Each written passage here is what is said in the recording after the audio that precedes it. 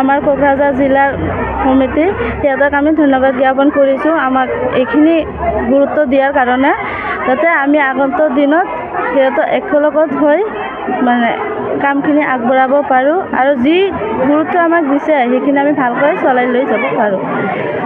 আমাৰ আজি কোকৰাঝাৰ জিলা মহিলা মৰ্চা কমিটিৰ গঠনৰ আজি সভা আছিল। ইয়াতে যথেষ্ট শান্তিপ্ৰিয়ভাৱে আমাৰ মহিলা কমিটিখন গঠন হ'ল।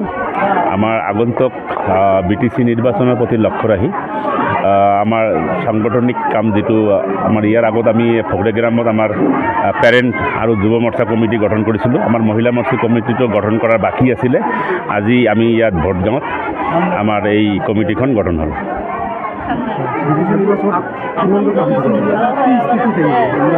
নিশ্চয়কৈ বিগত সময়ত যেনেকৈ আমাৰ AUDF দলে কেণ্ডিডেট প্ৰক্ষেপ কৰিছিল, দলীয় হাইকমেণ্ডে আমাৰ BTC ইলেকশ্যনত অংশগ্ৰহণ কৰাৰ কাৰণে নিশ্চয়কৈ আমাৰ সংগঠনৰ কামটো আগত কৰিব লাগিব। বিনা সংগঠনত ইলেকশ্যন খেলা কেতিয়াও সম্ভৱ নহয়। গতিকে আগন্তুক দিনত নিশ্চয়কৈ আমি BTC ইলেকশ্যনত অংশগ্ৰহণ কৰিম।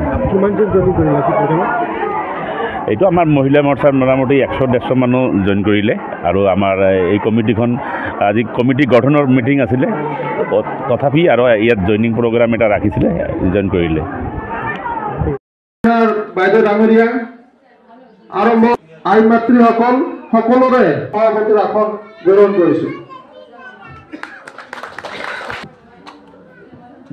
কাৰ্যসূচীৰ মতে চিনাকি কৰাৰ কাৰণে মই ফৰিউদ্দিন আহমেদ ডাঙৰীয়াক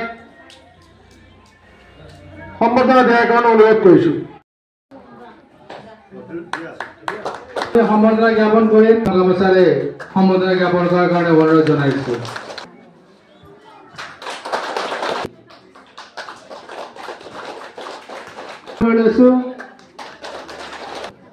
এতিয়া আমি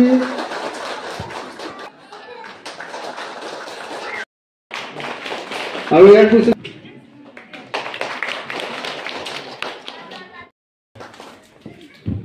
গঠন কমিটিৰ কোকৰাঝাৰ জিলা কমিটিৰ সম্মানীয় সভাপতি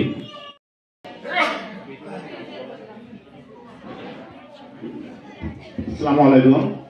ইমানবৰ আপোনালোকৰ মাজত যিগৰাকী চৰকাৰ আমাৰ সম্বৰ্ধনা অনুষ্ঠান চলাই লৈ গ'ল,